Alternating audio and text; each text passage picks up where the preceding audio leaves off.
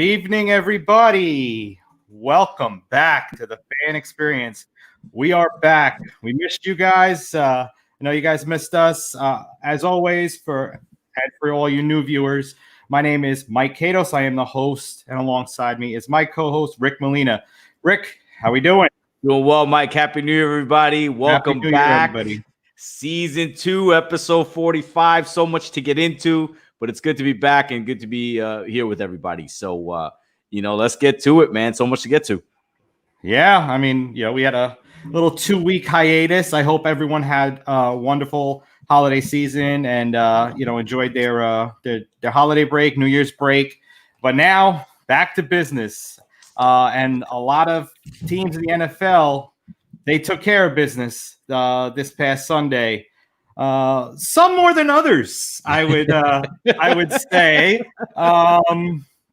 So, let's start it off with Mr. Doug Peterson and the Philadelphia Eagles. The Giants got the win that they needed against the Cowboys to give them a shot to get to the playoffs. Granted, they were a 6-10 team, so they can't be too upset. And Logan Ryan said something to that aspect. But the Eagles, down 3, don't kick a field goal to tie it. Then they pulled Jalen Hurts and put in Nate Sudfeld. Why can't the Jets tank like that? Well, again, welcome everybody. It was. Can we get Doug Peterson as our coach? I mean, it was no. God, no. It was an incredible Sunday night. I mean, this looks bad for the NFL. I mean, here you are. You have a Sunday night game. I mean, the Eagles pretty much can play spoiler. They can knock out the Redskins, right? The Giants get in. The Giants just beat the Cowboys in a pretty good game. So here you have the last game of the season after you get through all this COVID stuff, and then what comes out of that game is that he pulls Sudfeld, tanks the game to hold on to the number 6 pick in the draft, and it would just look bad. And as a Jet fan, for the last 3 weeks of the season, you and I were like, man, the Jets should lose or whatever. And I gotta say, what, the players are right. They play to win the game, as Herm Edwards said, and those guys were upset because they don't care about draft picks. They care about playing to win the game, and they just felt like that opportunity was taken from them and it was stolen from them. And you read the reports. Couple of defensive players had to be held back. Jalen Hurts on the sideline, you could read his lips saying this was BS. Yeah, and it was right. If you're gonna tank, it's a meaningless game. Fine, but not we're in a game where you're about to knock out the Redskins. And I mean, yes, Jalen Hurts. Who? I mean, the Washington football team. Excuse me. Jalen Hurts was brutal. What was he, 7 of 20 or something like that? Yeah, he didn't play well, but he ran for 2 touchdowns. But you don't bring in, and then but you don't bring in Nate Sudfeld after the game. At the fourth quarter. I don't care if you wanted him to get snaps, reps, whatever. That's just a bunch of bullshit. You don't do that, and it was just a really, really. It ended the season badly for the NFL, and I don't know how Peterson wins back that locker room. I really don't. A lot of guys are pissed off over there. I know he's going to sit down with Harry Roseman and the ownership of the Eagles, I think this week, right? I don't know. I don't know how he recovers from that. Wentz wants out. I mean, it's just a mess down there. I don't know how they fix it. Yeah, I mean, but, to one point, it's nice to see Alex Smith get a shot to go to the playoffs after what he went through. Yeah. So that is definitely a silver lining because I don't think the Giants were going to go anywhere. I don't think the Washington football team's going to go anywhere, so it might be a one and done. Listen, with that defense, Brady's offense. Brady's got that offense clicking right now. He does. You cannot deny that. Antonio Brown was playing like a beast. Evans did get banged up, which definitely hurts them. Yeah, hyperextended that knee. Ugh, that was awful. Was that what it was? I didn't read up on it. But I mean, it's nice to see Alex Smith at least get there and get to the playoffs after everything he's been through. Yeah. And if you saw his wife took all those all those things, she made that into like a Lombardi trophy kind of thing. Yeah. And I saw some stuff that she posted on Instagram too. Real quick, our friend Kevin Larney is Kevin watching. Larney. We got a shout out for him. Kevin, congratulations on your new position as intern at Vayner Sports. All that hard work that you're putting in, well deserved, my friend, and go get it. I have no doubt you will. I want to see Kevin on one of those IGs with Gary talking about his company, talking about Wild Chat Sports. I want to see him on one of those. I'm gonna check every day, Kevin, to make sure you're on one of those. Yeah, absolutely. So congratulations again. Let's see who made it in, who didn't. The Cardinals lost to the Rams, so they got knocked out. They got knocked out. The Dolphins got spanked by the Bills. Yeah, and we're gonna have 2 quarters, not even. And we're gonna have our friend Mark on in a minute, but that's a tough situation over there. Is Tua the guy? They got a good defense, they got a great coach. Is Tua the guy to lead that team in the future, man? I don't know. You've had to replace him with Ryan Fitzpatrick. He's been a little shaky. Not sure if he's the guy over there. We'll see though. We'll see because they have the 3rd pick in the draft. So I'd be stunned if they pick the quarterback, but who knows? Yeah, I don't think they're going to pick a quarterback. I think they're going to see what they got with Tua. I mean, you can't judge it all on a rookie year. I mean, they still did good, but granted, that was a lot of Fitzpatrick. But out of the rookie quarterbacks, you got Joe Burrow, who was doing great, Justin Herbert breaking rookie records. Yeah. And then you got Tua, and obviously Herbert was the latest one of those 3. And there was another quarterback, right? It was Tua, Herbert, Joe Burrow. Maybe that was the big 3. I think those were the big 3. Yeah, it was a lot of wide receivers this past year. It was a receiver draft, that's for sure. Yeah, and Justin Jefferson, man, he's gonna be a player to watch. Broke Randy Moss's record for receiving yards, right? Yep. So and Derrick Henry, 2,000 yards rushing. How many guys did Derrick Henry stiff arm this year? I counted 4, at least 4. Like a man like that just tossing grown men around like ragdolls is incredible. Like there should be a trophy for that. Like how many guys can you physically just like toss across a field in a football season? That's incredible. Well, maybe they'll have a little bust of Derrick Henry to replace the Heisman with the hand with a guy flying like on his back. That's great. Yeah. Oh man, but yeah, I mean, congratulations to him. And it was I felt like it was a very fast season. Yeah, it flew by. Maybe because we had so many games played on different days that we never were out of action. We were always watching. And then even you yesterday, you're like, what am I going to do? It's no Monday Night Football. Yeah, I was like, I don't know. I mean, I'm glad I had the Knicks on tonight. We'll get on to the Knicks a little later, but I'm like, man, I'm usually watching, there's a game to watch, man. There's something to watch. So, it's great that the NFL got through the season. I mean, with all the COVID stuff, I mean, with the issue that the Ravens had and the Browns had and the Steelers had, Tennessee starting the season with all that COVID stuff. I mean, that the league got through the season is just is a tremendous job to the NFL. It's all the medical staff, all the doctors, and for them logistically to pull it off was just incredible. And to the players for them following the protocols and being safe and all that. So that's a great job. But now we're on to the playoffs. I got to say in the AFC, I'm going to call it right now. I like the Bills and the Chiefs in the AFC Championship game. In the NFC, I think it's going to be Green Bay, Tampa, and it's whatever. You just said that the Washington football team might beat Tom Brady. They might. They're a good team. If there's a one team that can beat them, because what gets Brady is a defensive line who can pressure people, and you got that team is just loaded up front. So if they get some pressure on them, I think they just don't have a quarterback. I don't know that Alex Smith is going to lead them there. That's their issue. So no. I mean, that defense is nice, but I think Brady has that offense clicking right now. Well, let's hope Evans comes back. So we'll see. Yeah, but Antonio Brown, got a bonus too. Yeah, a couple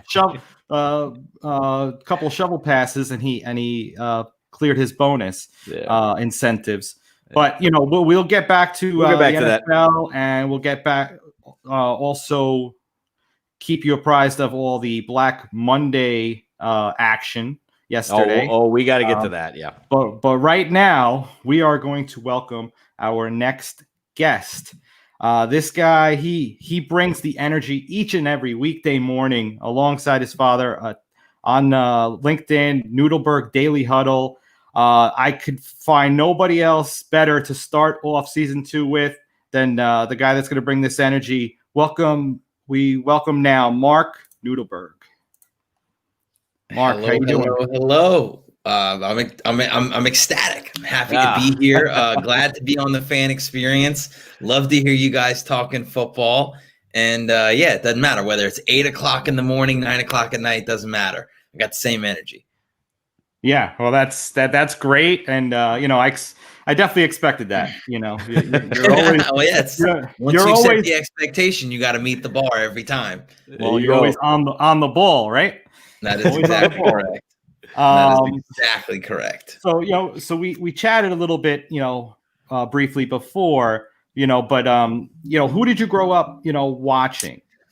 I mean, I grew up watching Dan Marino and the Dolphins, right? So I grew up as a kid. I'm born in '86. So by the time I was really paying attention to football, it was the early '90s and Duper and Clayton and those Dolphins. I mean, I remember the sleeping in the Meadowlands very, very well because my family are Jet fans. My dad's side of the family are all Jet fans. They're from Long Island, New York, from Baldwin. Oh, wow. So that side grew, they were Knicks fans, they were Jet fans, they were Met fans, but I was born in South Florida. So I was, moving towards that lineage of rooting for my home teams. So I vividly remember the fake spike and the touchdown in the corner of the end zone in the Meadowlands. But I grew up watching those teams, and I was privileged for my dad to, what he did in business. He was, well known in the cell phone world early on in the game. And we had guys like Mark Clayton coming by the house to have my mom's lasagna on Wednesday nights. So super cool to be around those teams, to be around the Miami Heat as they were, they were coming out. It was the first few seasons early in my life, and watching those young teams with Steve Smith, Bimbo Coles, Matt Geiger, was cool to grow up around that, and to be in a town that had sports emerging, the Marlins. I remember going to the inaugural game in '93 and then watching them win the World Series in '97 when I was playing Little League Baseball. So it was cool to be in a town that had sports emerging. And then obviously when you're growing up around the U down here, even though I wasn't necessarily a Canes fan, that swagger and what they built and what happened during that time, to live and be around it and be in the vicinity of it, it's hard not to, get into that. Oh yeah. It's definitely electrifying, and you just get sucked in, and that's part of the fan experience, and that's part of what drove us to make this show. It's a small world that your dad was from Baldwin. My dad's out in Baldwin right now, so yeah, I thought you guys were Floridians. I am. For life. I am. Yeah, you are. My dad moved down when he was 13, I think. Okay, nice. Yeah. So let's touch on you. You went to University of Florida, correct? So I actually went to Florida State. So I'm a Florida State grad, and then I started my college football coaching career at Florida State. I started as an equipment manager in my freshman year, worked my way up through the organization. Jimbo Fisher became the offensive coordinator when I was a sophomore. I started working for him, worked my way underneath him, and kind of became a guy that he could count on in the organization.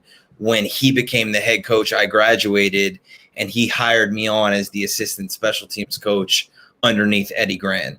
That launched my coaching career full time. I was at Florida State for 3 years, Cincinnati for 2 years, University of Florida for a year, University of Nevada for a year, and then Lafayette College in Easton, Pennsylvania for 2 years before I checked out of the college football coaching world, got into the business world, and started my life as an entrepreneur. Oh, man, that's an incredible story. Why? And thanks for coming on tonight, Mark. Again, we really appreciate it. Why did you feel, I mean, you were being pretty successful as a coach. Why did you feel that the business side of sports was the way for you to go instead of staying in coaching? So the politics of college football coaching is a little rough. And I mean, you guys talked about it today, Bloody Monday. There are a lot of coaches who got fired today, and there's a lot of guys who got fired who deserve to be fired, but that are going to be hired right back into that same role and do the same things that they've done at other organizations, because that's the only qualifier. The qualifier to get the job is that you've already done the job. Mm-hmm. And having spent 10 years working my way all across the country and getting hired and fired for all kinds of reasons, I had a real reality check with myself that said, look, my only goal left was to be a head coach, right? I was a special teams coordinator. I've been a recruiting coordinator. I had been really successful with what I had done on special teams everywhere I had been. And the reality of me becoming a head coach was pretty thin, just being realistic about who I was, what my background was, working my way up through the organizations, not having a playing background, not having family in the business. I was looking down the barrel of a journeyman career where I was probably going to have to move every 1, 2, 3 years and hope that the right guy got the right job at the right time, and then I'd be able to get elevated into that role. And I just, at 32, wasn't sure that if I got to 55 and looked back on my career with all of the sacrifice that it takes to be a football coach, would I be okay sitting there going, all right, I'm 55, I'm never going to be a head coach, yet I sacrificed my whole life to do this. Is it worth it? And I knew I could always go back. I said, I can take a year, and if I get out and know that I have to go back to it, I'll be able to go back. Yeah. But if I'm ever going to do this, I need to do it now. And so that was the moment. That's wow. That's an incredible story. Now, when you go into the side of the sports business, like you said, you didn't know anybody in the sports business. How were you able to break in? I mean, what was your first sort of free labor? Yeah, really? Yeah. Wow. I mean, so how I got into coaching is the same way that I suggest anybody get into whatever it is they want to do. And that's, you got to be willing to work for free. Like, you have to earn your way into whatever it is that you really want. And that's how I got started. Like, I was an equipment manager. I didn't even have aspirations to be a coach. Just the more I got involved with the organization, the more I wanted to learn, the more I wanted to do. So the more I just started hanging around the building, the more I just started being around the coaches and seeing what they needed. And whether it was, pouring coffee or making copies or running to the airport to pick up somebody's family, it didn't really matter what the job was. I was just going to be there to do it. And I earned equity and value with the coaches and the people that were on the staff, to where I started gaining more responsibility, to where I got hired into jobs that I had already been doing just because I was around. Right. And that's really how I got in. And when I got out of coaching and got into the business world, I got hired by a company called Good Karma Brands and started selling ESPN digital advertising in local markets. Got a great lesson about digital marketing and what it takes. But I quickly saw the parallels of what made me successful as a coach, applying those same disciplines to what I needed to do in the business world. And I come from an entrepreneurial family. My grandfather, was in retail. My dad started in retail and then started our company On the Ball, which we're very proud of. Here, so there it is. Yeah, it's right there. By the way, it's when you're looking at it mirrored, it's so hard. I know. I'm still trying to get used to it. 45 episodes in, and I'm still trying to figure it out. Yeah. And so, On the Ball has gone through a lot of different phases in its life. It started as a, sports marketing firm and became a digital marketing agency, and then really continued to transition to where my dad was getting hired to train sales staffs on how to modernize the sales process and bring relationship selling back into everything that they do. And so when he helped me really leverage LinkedIn to start my career and to build a network when I was working for ESPN Digital, I saw what he was doing and how he was doing it. I said, I want to get back to coaching. That's really something that, that's my passion, is the development of people. And with what I learned from building successful teams on special teams, and what I learned about leadership and building culture, accountability, discipline, time management, all of those things tied directly into being successful in business. And so kind of collaborating with my dad on what I knew from sports and what had made him successful as an entrepreneur for so long, we've come up with this blend of content to teach people. Really, it doesn't really matter what industry you're in or what business you work in or what you're doing, the basic fundamentals of success and how to do it. And that's really where we're at now. That's incredible. Yeah. And it's great. Now, For those of you who don't know Mark already, I met him through, this show that he has with his dad in the morning, Nudelberg Daily Huddle, every weekday morning at 8 a.m.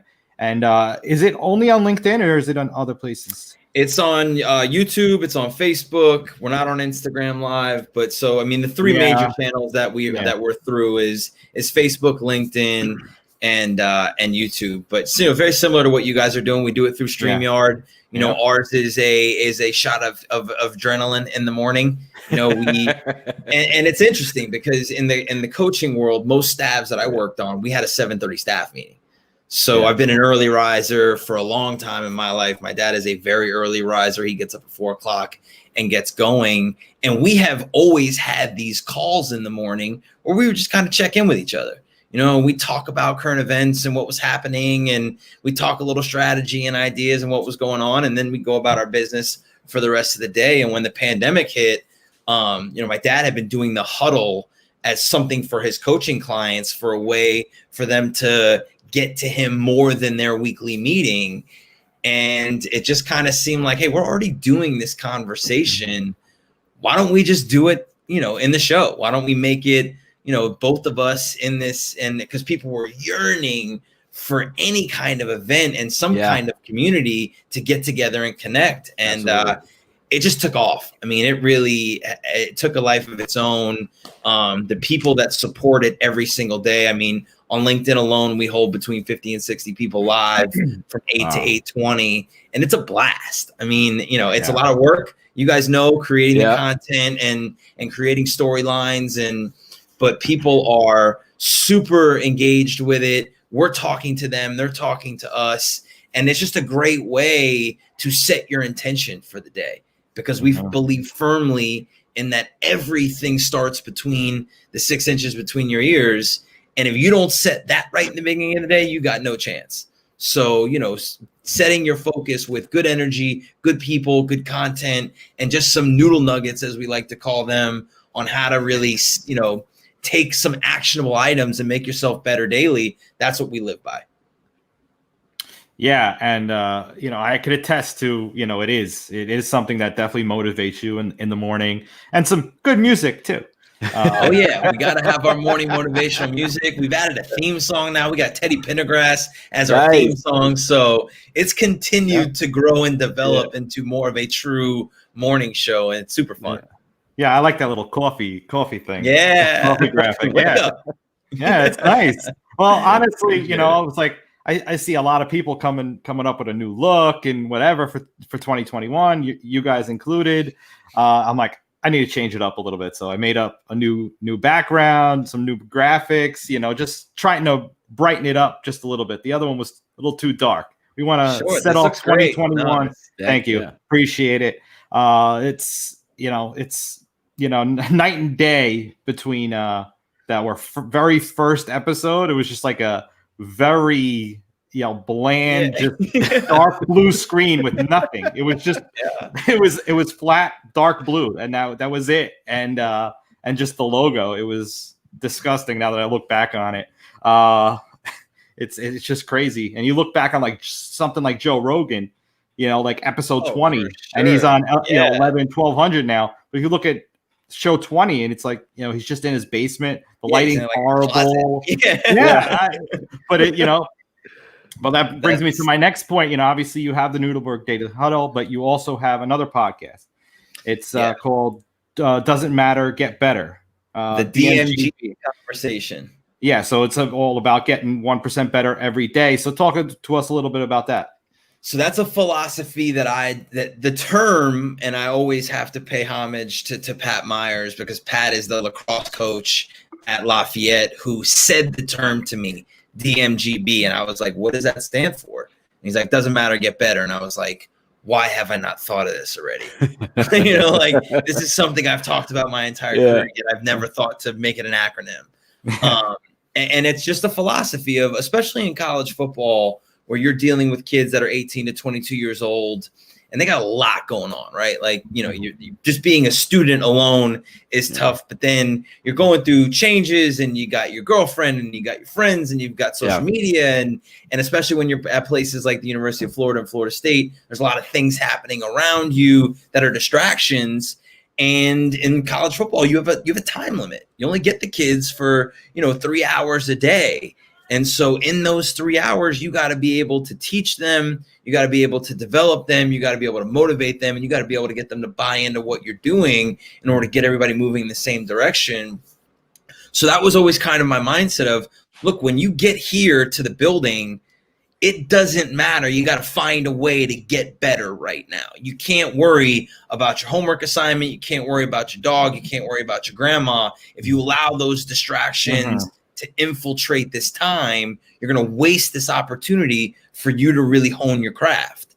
So stepping out of that, I wanted to re-engage with some of the people that I knew that were great coaches that I wanted to give a platform to share. And as I started meeting more and more entrepreneurs who had really amazing stories about overcoming adversity and about taking that mentality of it just doesn't matter, I got to find a way to get better, I wanted to continue to showcase them. So it's not something that I'm like regimented about. Like I'm not worried about putting out an episode weekly. It's really something that I use as just my way of when I find somebody who's got that story that I'm like, this needs to be shared. It's my opportunity to help them share it. Yeah, that's incredible. Great. Yeah, Mark, do you think that, in the coaching world and the business world, do you think it's the same disciplines apply? Whether, like I said, in the business world and the coaching world, it's one track mind, the focus, the early hours. I mean, is it one and the same, or is there in the sports world, do you deal with a little more different things than you would do in the business world? So, I mean, obviously there are nuances in both, like Nick Saban being the CEO of a company is going to have a lot of HR problems. And the HR department's going to have a field day with Coach Saban, but some CEOs of some companies leading a football team, you got to be really disciplined, right? You have to have that disciplinarian in you. And that's where I like coaching people that are in the business world, because a lot of times leaders are hesitant to hold people accountable, because I think holding people accountable tends to have a negative connotation to it. Like you're an asshole. And sorry if I'm not supposed to cuss. No, go ahead. Knock yourself out. Or you got to come at it like you're hitting somebody with a stick. And that's not true. Holding people accountable is holding them to a standard that they can achieve, yet they might not think they can achieve it. So while it's uncomfortable because you're pushing people beyond their boundaries and you might feel like the bad guy, holding people accountable is the only way to create a successful organization. So those like that philosophy is the same. The way you discipline people is different. Like the way I'm going to discipline somebody on a football field by running gassers or running stadiums or, doing something that's physically taxing. I'm not going to do that in the office, but there's got to be something. What can I take away? How can I create a consequence for people that aren't holding up the standard that I expect our organization to uphold? Right. So when you're coaching your clients or the people in the words, is that what you're finding, that just like a lot of these leaders are just not like, do they don't have the discipline? Are they afraid of holding people accountable? I mean, what is it that holds them back from taking that next step? There's a wide array of things, I mean, to generalize the basic buckets that I work in with most people are, number one, time management. Like I want people to understand that when we went to football practice, there wasn't a second of the 2 hour and 20-minute practice that wasn't accounted for. And when I say accounted for, I mean script, like written down on an Excel spreadsheet, that from 2:00 to 2:05, we would be doing warmups. And then from 2:05 to 2:10, you're going to have individual period with your players. And that individual 5 minutes, you better have listed out the drills that you want run. You better have them handed to your equipment manager so they can help you set up the drills so that there's absolutely zero wasted time. And that's why when we talk about on the field, we never walked anywhere because you don't have time to walk. Yeah. You got to be running from drill to drill to make sure that you're there ready so you can maximize the amount of development that you're getting out of every practice. And that's just having a sense of urgency. So, you're not going to run from meeting to meeting, or you're not going to run from office to office, but doing things with a sense of urgency. Like when I follow up with somebody immediately after a meeting, or when I give somebody the thing that I told them I would give them immediately, in the real world, it blows people's minds. They're like, oh my God, I can't believe you got this to me already. And I'm like, when else would I get it to you? This is my standard of operation. Yeah. If I ask you for something and you don't get it to me immediately, I'm wondering why I haven't gotten it yet. What are you doing that's more important? You told me you would give me this. Where is it? So, that sports mentality and creating championship behavior and championship, mindset. Alabama wins because they do every little thing right constantly. Are they like very talented and super deep with talent? Absolutely. But there's a lot of teams that are really talented and deep with talent in college football that aren't able to win consistently like Alabama does. It's because he harps on every single detail. And when people watch somebody make a catch in the corner of an end zone and he drags both feet, they go, oh, that was a great play, touchdown. But when another team doesn't do it, they're like, oh, that would have been a great play. Well, Alabama doesn't ever have that would have been a great play. Right, Alabama just consistently makes that play over and over and over without making mistakes, which makes them so hard to beat. Yeah. Yeah. I mean, it's great. It's just about that, that overwhelming, that preparation, and that, just how many people in the business world are preparing. When I work with sales professionals, I talk to them about do you have your 15 minutes before that meeting blocked so that you can go over your game plan again? Oh, wait a minute, you don't have a game plan for this meeting? How could you walk into a meeting and not have a game plan? You don't know you haven't done any research on the person that you're going to sit down with? I don't care if it's your first meeting. What do you mean? You didn't go on social media and figure out where they went to school, what their family is like, where they're from, what they post about on social media, what people they follow on LinkedIn. There's endless amount of information that you have to tap into, but you got to take the time to do the preparation and build the game plan to walk in order to have the best opportunity for success. But there's a reason that on Fridays before a Saturday game, that Friday practice was a walkthrough of every single scenario and everything that was in the game plan, so that when you ran it on Saturday, you had already practiced it Monday, Tuesday, Wednesday, Thursday, and now you refreshed it one more time for Friday. There's no reason that everybody shouldn't be executing at the optimal level.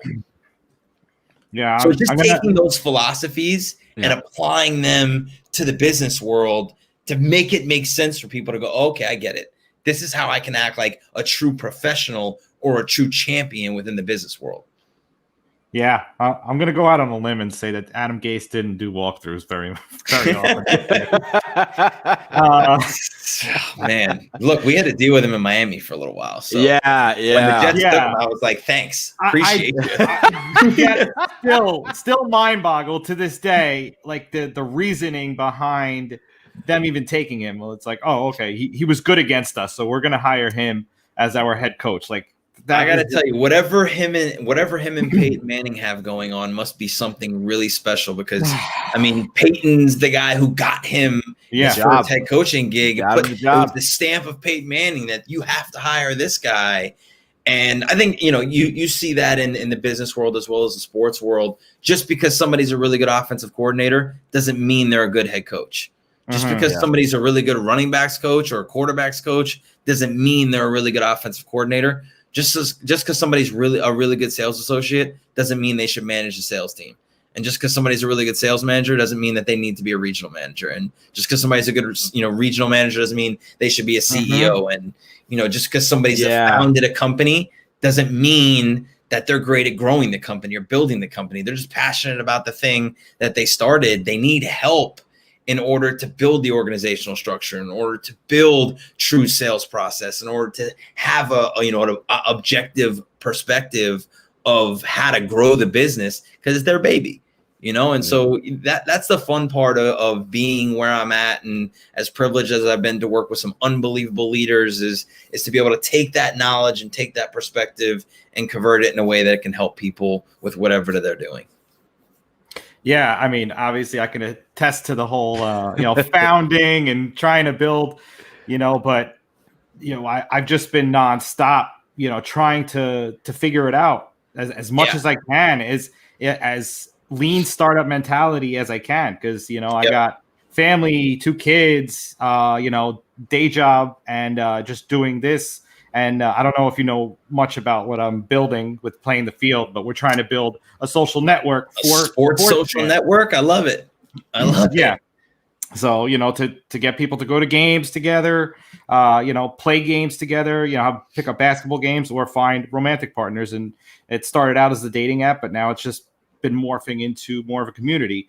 But I had to code the app myself, build the app myself, marketing myself, sat there and made this podcast, which is, honestly, the reason for starting it was just really just another marketing angle, but it's turned into something completely different. It's taken on a life of its own, this podcast, and it's amazing, the people that we've had on, the relationships we've formed, and it's just awesome. So here's something, and I know that this takes resources, but when you look at Alabama, right?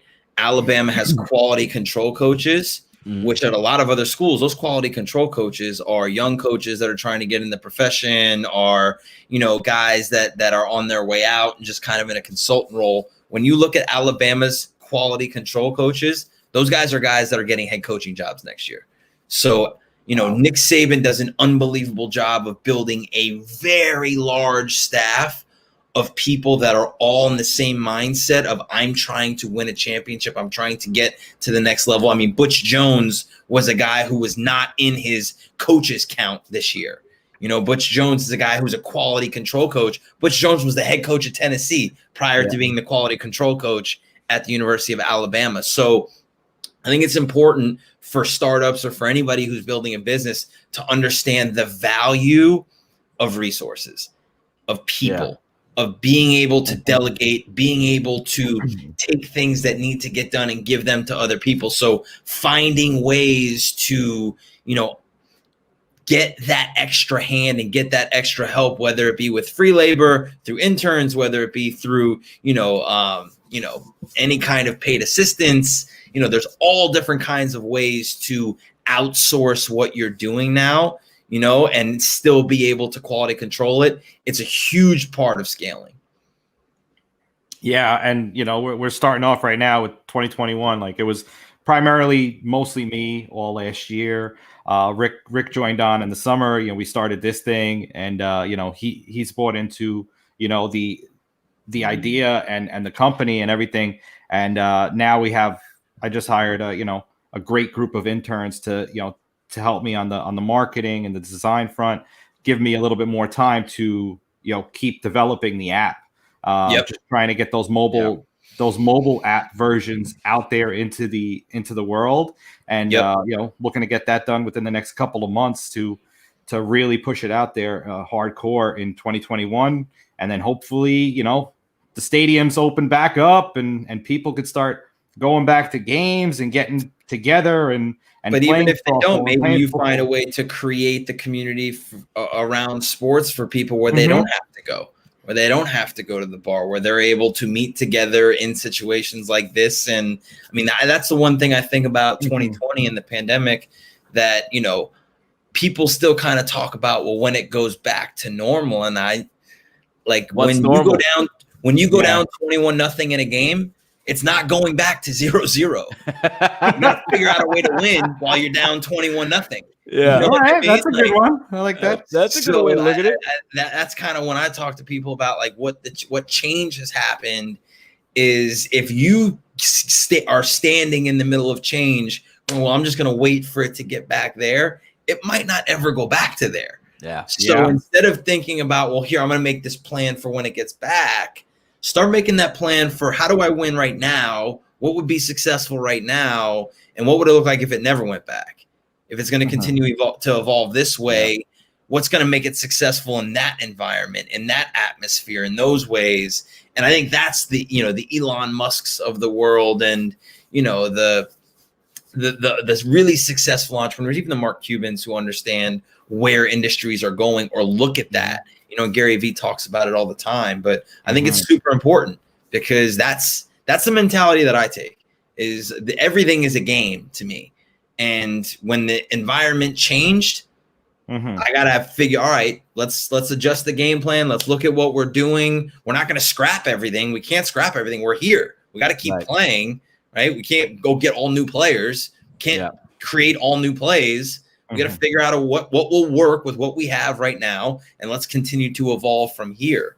And so I think that's a really important mentality for people, especially right now. Like, I think people were kind of like 2021, 2020 is over. We're done. We're going back. Guys, the vaccines are still taking a long time. Long time, guys. You get used to this. Let's like, how do we win? If it never changes, what do you got to do to be successful right now? Right. Yeah. It's like a law of life. Yeah. Yeah. It's like a 1 year, 2 year long halftime, where you have to just try and figure out how to get back from 40 to nothing. But if it's against the Falcons, there's a shot. It might happen. Always a chance. There's always a chance. That's why they play the games on Saturday. That's why they play the games on Sunday. There's always a chance. Oh, absolutely. Exactly. I was going to ask you. You bring up Nick Saban a lot. Saban, he takes a lot of guys on. Like, I think he's going to take on Bill O'Brien or Gates, but he did it with Steve Sarkisian. He did it with Lane Kiffin. These guys that sort of fail at first, he builds them and he recreates them. I don't know what he does over there. I don't know if it's a program. What do people? It's a system. Can people in the business world create something like that, where they take somebody where it didn't work out for them before? They 1,000% should. I mean, one of the clients that I'm working with right now is a relatively large retail company, and that's our primary focus, is continuing to build a standard operating procedure. Right? When Nick Saban hires somebody, when Nick Saban hires a new offensive coordinator, they don't adopt the new language for the offensive coordinator. Right? The offensive coordinator adopts language that the kids already know, because the plays are the plays. And for anybody who thinks that everybody's running these drastically different plays, there's 5 or 6 different kinds of philosophies on offense, and everybody's relatively running the same thing. There's inside zone, there's outside zone, there's power, there's counter, there's quick game pass, there's drop back pass, there's play action pass. And everybody's got their own little nuances and combinations, but it's generally the same thing. You're playing 11 on 11, and you're throwing, running, tackling. So when he hires somebody who's got a system that they're used to calling things a certain way, certain words mean certain things, he goes, I got 110 guys out there that know it as this. I got one guy in here that knows it as that. Should we teach all of them something new, or should you learn something new? Right. Makes them conform to the system. Yeah. And so that, to me, as a CEO, whether you hire great talent, you hire a CFO from somewhere else, do you have a system for them to conform to? Do you have a language?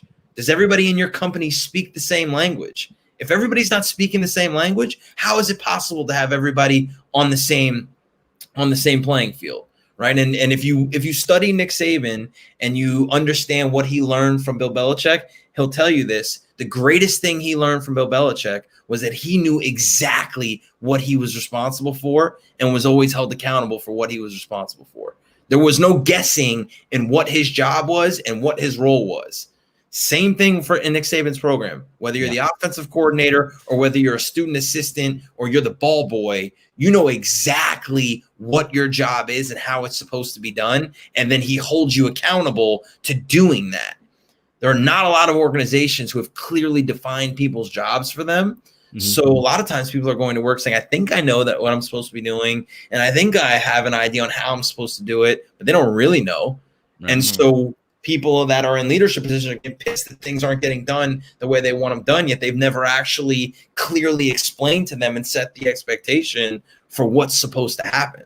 So, Nick Saban does an unbelievable job of defining people's roles, setting expectations, and then holding people accountable to those expectations day in and day out. And it's a grind. It's grueling, but he does an unbelievable job of it. And that's why they're so successful. And that's why I talk about him so much, because, there's very few guys who can do it that way.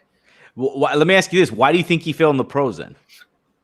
Because that doesn't work with professionals. Professionals, yeah. Like, I mean, I think you got to take a little bit off of it. I mean, when you look at Bill Belichick, I think he's the closest to Nick Saban as far as mentality and getting people to buy in to do your job and the Patriot way and having a system. Mm-hmm. But, he was also showing up at the Halloween party with the pirate suit on. Yeah. I don't see Nick Saban showing up to a Halloween party with So you got to figure out where you fit, and I think Nick tried to be who he had been, what had made him successful at LSU in Miami. Yeah. I don't know that works in the NFL. I think you got to be able to take a little bit off. You got to have a little savvy. You got to understand how to work with a Tom Brady and make it not all about the system and me, but a little bit about, okay, we have two people leading this thing. And so, I mean, I would never speculate on, and say he couldn't be successful at it, but obviously, and look, Miami was a disaster at that point anyway. Yeah. Like, let's not pretend that the Dolphins were the greatest organization to be a part of.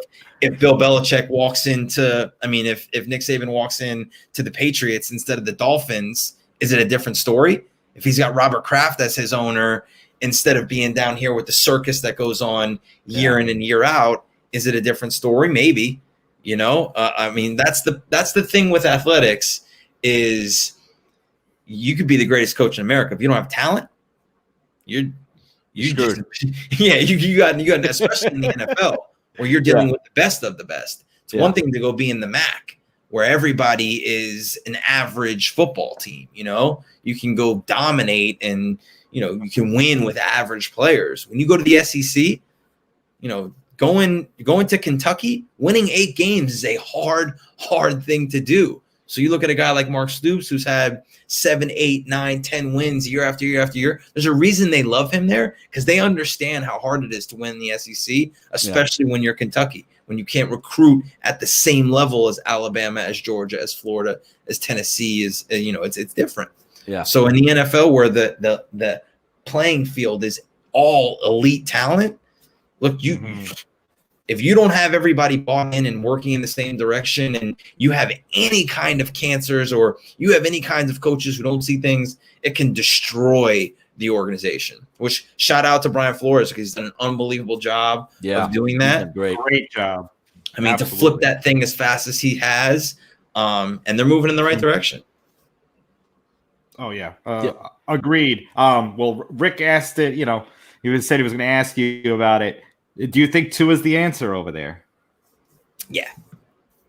I don't think there's any doubt. Wow. I think if you can go get Devontae Smith, who just won the Heisman with the 3rd pick, and you give him an elite receiver on the outside, everybody wanted to throw Josh Allen out the window after his first year too in Buffalo. And now they're the best team in the AFC East, and people are picking them to battle against Kansas City for the AFC Championship. So to me, you don't take a Penei Sewell, who, shout out to the Sewell family. I coached Gabe, his older brother, at the University of Nevada, and his middle brother, Nephi. Those are unbelievable family. Wow. But Penei is an elite offensive lineman, elite.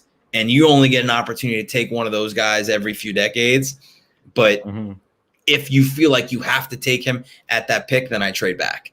Trade him, trade to whoever wants that, because you don't need him. The offensive line is good and is continuing to get better and is young.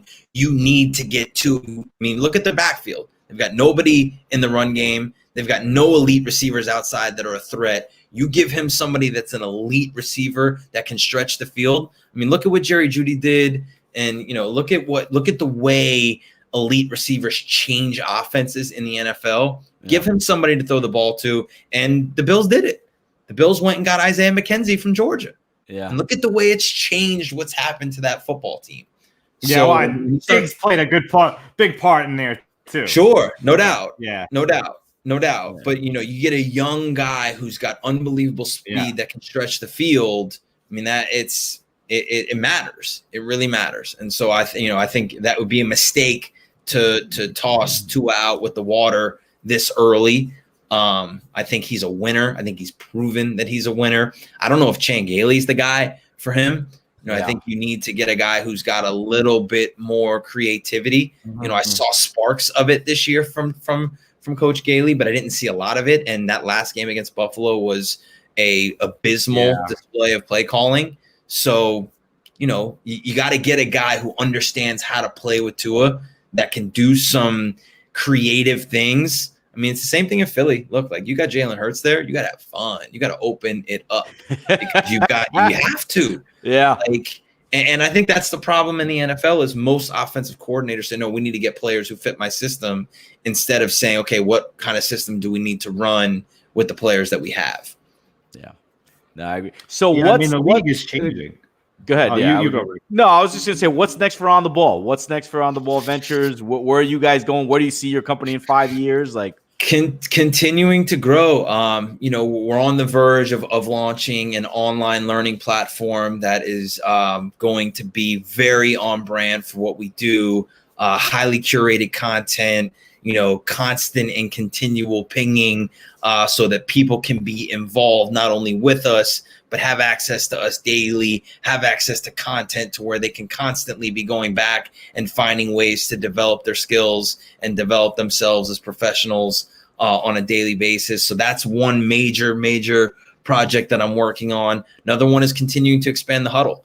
I want to get 100 people there in the morning. I want to get 200 people there in the morning. I want to get 500 people there in the morning. I want to, that we're building a community there. That's free. I'm not selling anything out of that, but I believe in team meetings. I believe in community. I believe in surrounding yourself with people that are on the same mission as you. That's why Alabama is good as they are, not to beat a dead horse, but no. Those guys all believe the same things and work the same way and keep the same standard. I want the huddle to be that way. I want everybody to be connecting with each other. And that's part of what we're building with Get on the Ball is a place where not only can people come in, learn, develop, and hone their skills, but they can also connect with other people that are doing the same thing. Because I think you're spot on. With what you guys are creating, it's all about community. It's all about community. So the more you can build community and bring people together, but also help them develop and grow at the same time, that's my passion. That's why we love this so much. And, obviously a lot of inspiration came from you, from the huddle. And honestly, you're I think the fourth guest that we've had because of the huddle. So it's absolutely great. And everyone who's watching, please tune in. It's on your dad's LinkedIn, right? You got to go to Steve Nudelberg's page. And then also on YouTube and Facebook, like you said. There you go. And speaking of LinkedIn, you also do some trainings. You did LinkedIn like a pro, to help people connect and utilize LinkedIn. And you have one this Monday. So talk to us about. So we've got a video event coming up this Monday, which is super cool.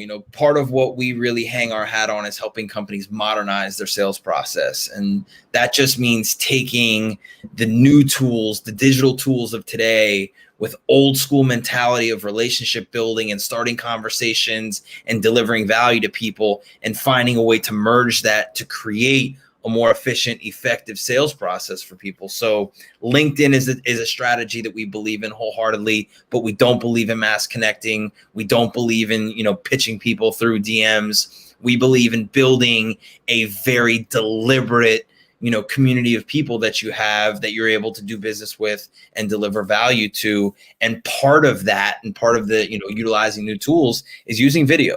Like, look, this is video content that we're in right now. But how are you using video in 3 different ways?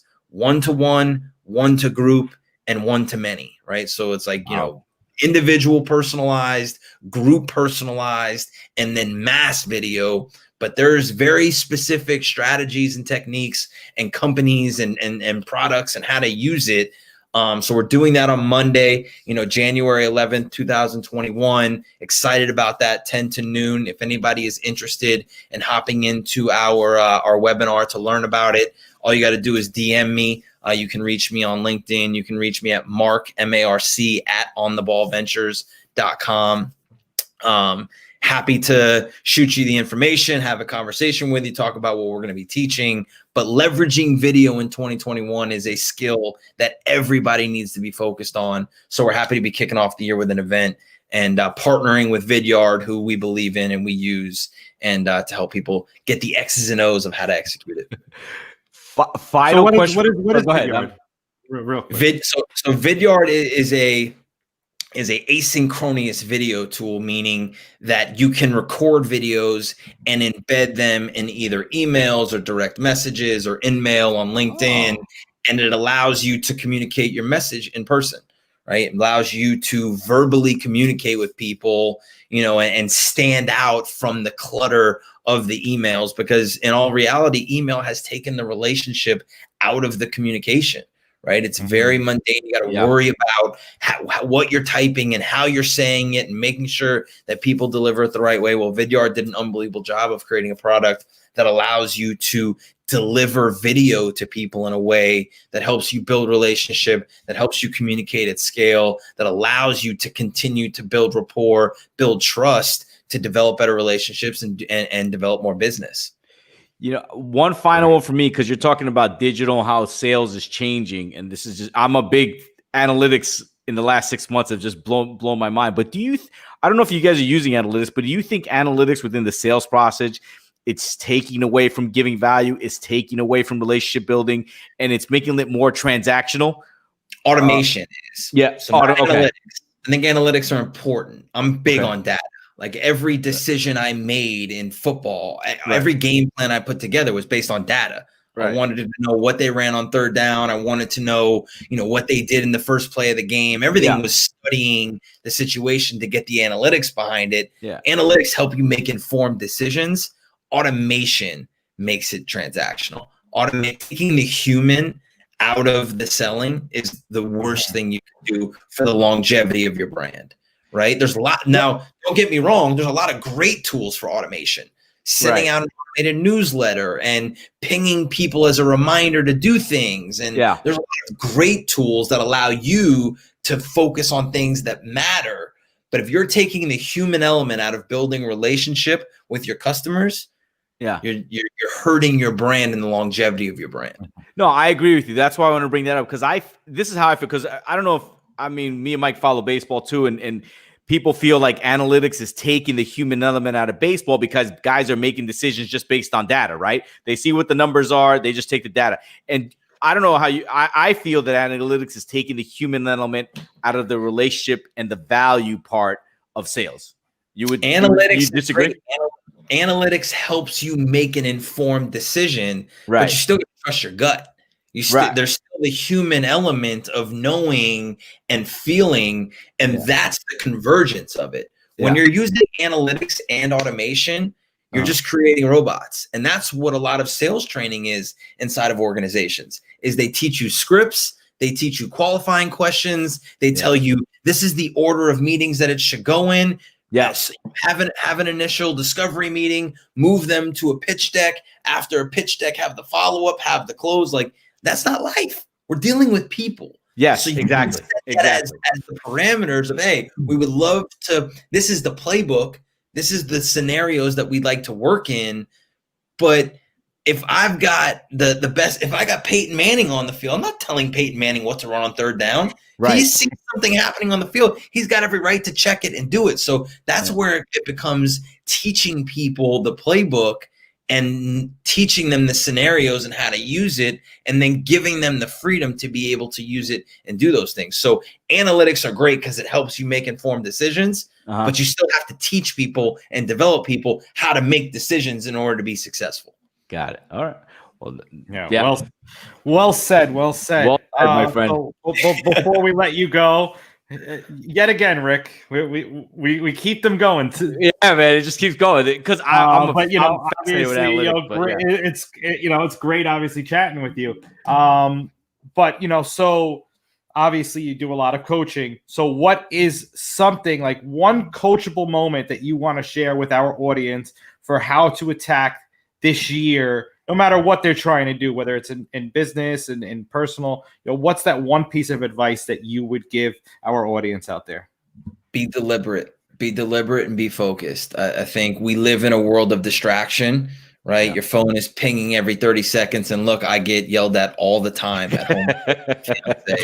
Wants to shoot me with my phone. It happens, and especially when you're in the content creation world and you're trying to network, connect and be where your feet are. And whatever it is that you've decided is an important task for you to do, make sure that you're focused on that task and you do that to the best of your ability before you move on to the next thing. I think in this world of distraction, we get caught scrolling in the middle of doing this thing and answering a call here and doing that there. And, you got to learn how to set boundaries. So being deliberate about what you're doing and getting comfortable with saying no and staying focused on whatever it is that you've decided is the important thing you're focused on, that will make you successful in 2021. All right. There you have it, baby. Amazing. Marc Nudelberg, everybody. Awesome. Yeah, thank you, Marc, guys. Thanks again. And Marc, great stuff, man. Yeah. Yes, see you tomorrow morning. We'll see you 8 a.m. Tomorrow morning. All right. All righty. Everyone, it's Nudelberg Daily Huddle. Check them out tomorrow at 8 a.m.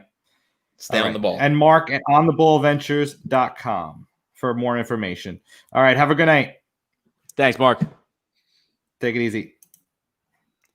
Yeah, he's right about that. When you're with your girl, man, you're scrolling on the phone. That is not a good thing. Yeah, it's not a good thing. No, but it was great. That was great, man. That guy has a lot of energy, man. That's awesome. Yeah. So great way to start off the year. Yeah. And as we talk about on the ball, the first thing is building that winning culture, that winning mindset. And unfortunately, there were a couple of teams this year that did not have the right people in the system. Yes. They did not have the preparation that they needed to succeed. I don't think it's with any surprise that one of those, his name was Adam Gase. Correct. I think we talked about it and beat that dead horse for a long time. And this was it before the season even started? Because I'm pretty sure it was. But in addition to Adam Gase, there was a lot of other coaches, some that were let go halfway through the season, including Bill O'Brien, Dan Quinn of the Falcons, and Matt Patricia of the Lions. But this Bloody Monday, Black Monday, whatever you want to call it, the Jets have finally let go Adam Gase. And it took him about an hour after the game. So that's, they didn't even let him on the bus, man. That was just a little bonus because we thought it was going to be Monday. So, we'll take it. The Jaguars let go of Doug Marrone. That shouldn't be a surprise. And the Chargers fired Anthony Lynn.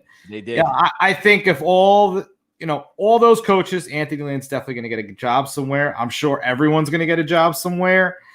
But I think Anthony Lynn is the only one with any kind of promise out of those. Yeah. Adam Gase should not. He should not be around organized football ever again. Coach again. I cannot say it enough. But that's just the way it is. And the Jets did reach out to try to interview Eric Bieniemy from the Chiefs. So that is one of the. So that's one of the ones, one of the coaches that they're eyeing and they want to bring in for an interview.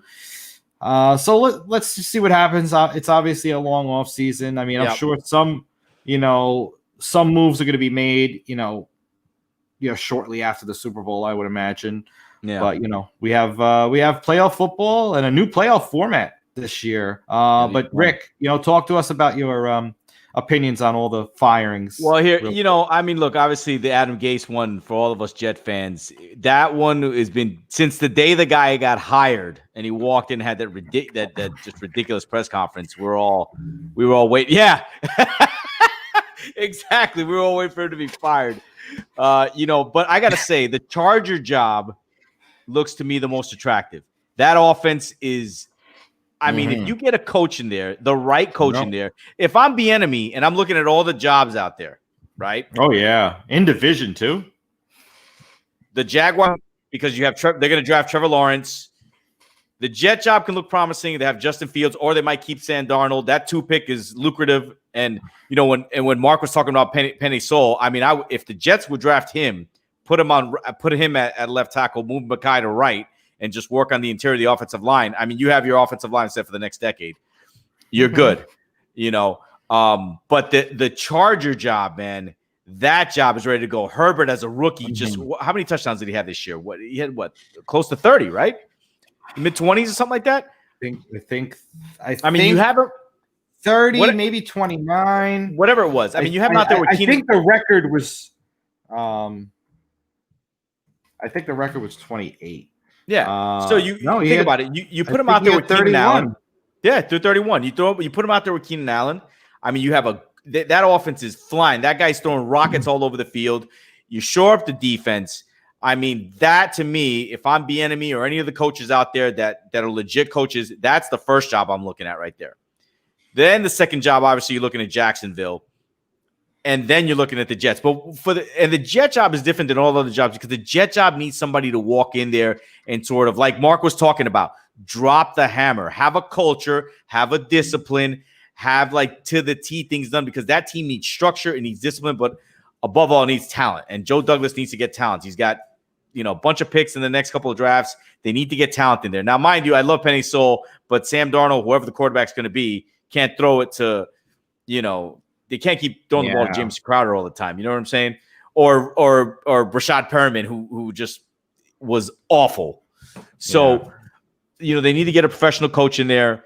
The Falcons, you need somebody who just completely is a whole new energy, because there is like a curse on that team after the Super Bowl. Somebody new in there, man. Yeah. The line job, they never get it straight over there. They should get somebody in there like Robert Saleh, defense coordinator for the 49ers. The guy's from Michigan. They need somebody like that there. And then what was the other job that's open? We talked Jacksonville Jets. Texans. The Texans. You got to get somebody in there to make that offense more explosive, man. Like Deshaun Watson's a talent that's just being wasted over there. You got to get somebody in there that can turn that thing around. And if you heard his comments, the offense was it more the defense this year? No, it was the culture. I mean, too.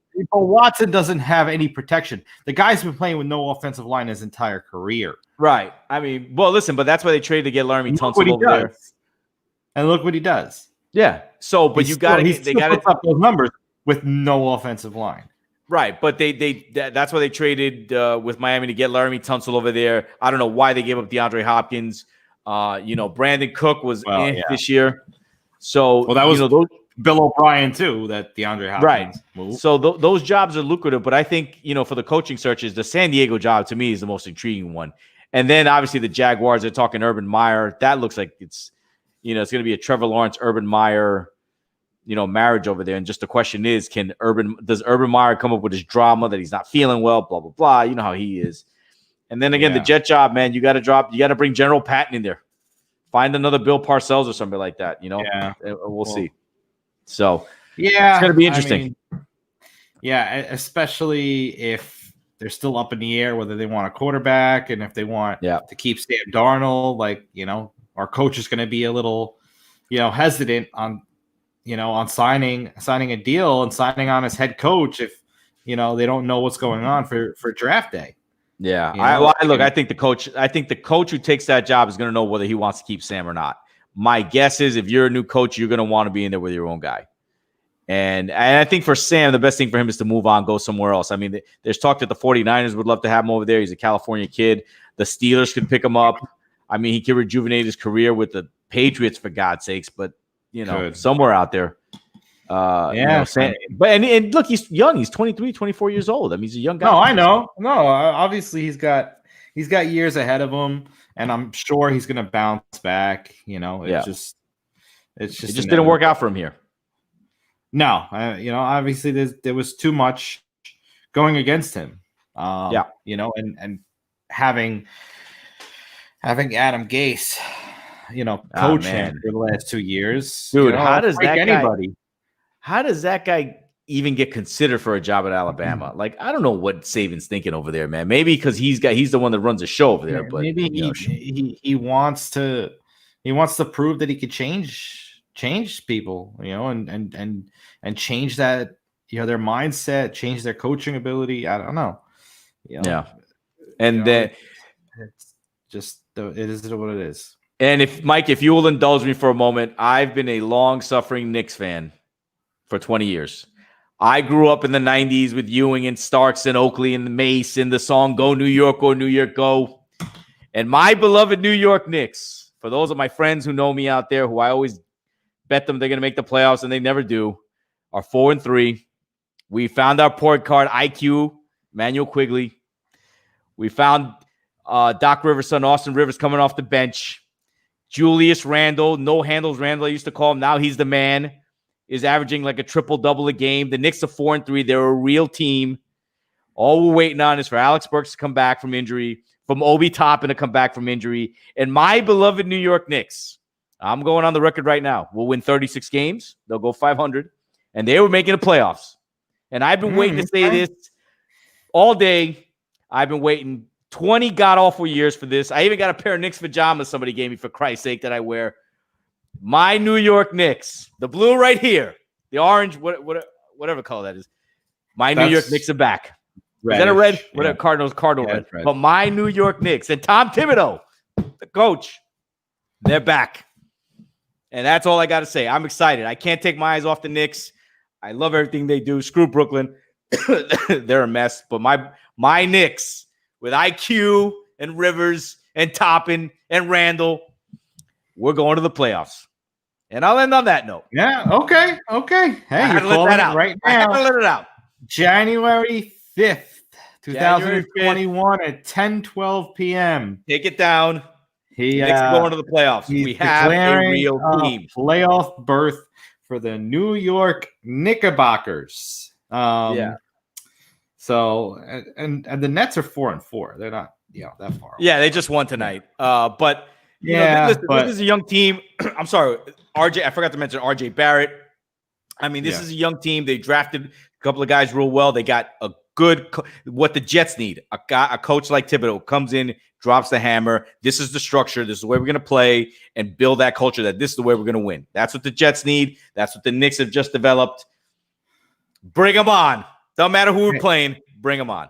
Listen, it's a great way to start compared to what they've endured for the last 20 years. I mean, let's be real about it. So I hope they come back into that, that little, even if it's just like a mini golden era. No, it's going to be golden for the next 10 years. It will be golden. And by the way, your boy Steve Cohen, I wanted to get into this with you. What is up with the Mets? No signings, no aggressive moves. Mike, I want your thoughts on this. What is going on in Flushing? So what I hear is, he has the ability to go and throw the house at somebody. Yeah. Oh, yeah. That doesn't mean to throw the house. You go, you wait, you find out what other people are offering, and then you go and add $1 to that, or add $1 million to that. Don't throw away unnecessary funds if you don't have to. So you wait for other people to play, and then you come in, swoop in, and you up that bid a little bit. All right. I mean, I can understand that. I mean, it's about, the guy is a billionaire for a reason. Yes, he's smart with money. So he's not going to just throw it away and say, okay, here's a blank check. Come and play with us. Name your number. No, he's going to have them get offers, and then he's going to swoop in. And he's also very, concerned about whether, he should get sprinkles on his Carvel ice cream too. But all right, man. Well, listen. I mean, look, I'm pulling man, for you, man. But when it's been a month. It's been a couple months since he bought the team already, and like nothing's going on, dude. Like, what's up? I'm You're not, patient. I'm You're not patient. Okay, my patient. I'm a Mets fan. Of course, I'm patient.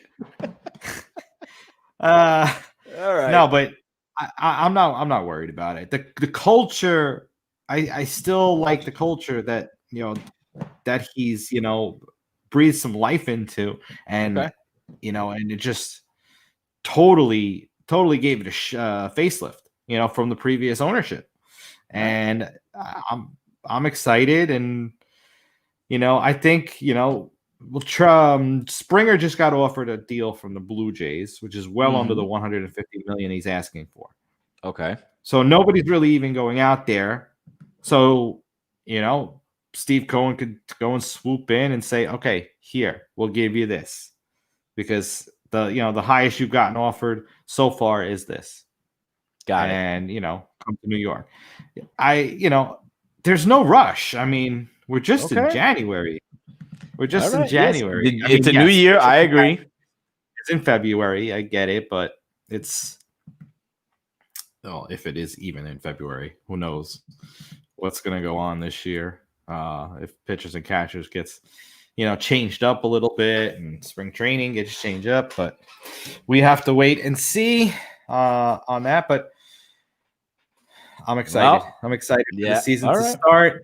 But first, we got to get through NFL playoffs and Super Bowl, and it should be a fun one. I mean, I like this whole one bye this time around, and 6 games this weekend, and it's gonna be a good football weekend. And Thursday, for all our viewers, we'll break down the games and we'll give you our picks. Yeah, we'll definitely research the lines and give you our picks for this weekend, which has a couple of pretty cool games. Yeah. And for NBA fans, the Knicks are taking on the Utah Jazz tomorrow night at the Garden. At tip-off is, I believe, 7:30. 7:30 tip. Hopefully we'll have Alex Burke back. But for all you Knicks fans that suffer like I have, I mean, this team is just so fun to watch, man. Can't take your eyes off them. IQ's great. Rivers is great. Barrett's playing bully ball in the post with these little small forwards. Randall with his handles. I mean, you got Mitch who's blocking shots, and Tibbs coaching his ass off. You gotta love it, man. Gotta love it. All right, well, that's it for me. So, yeah, I think I think this was a decent, this is a lot of fun show. Yeah, and we are happy to be back.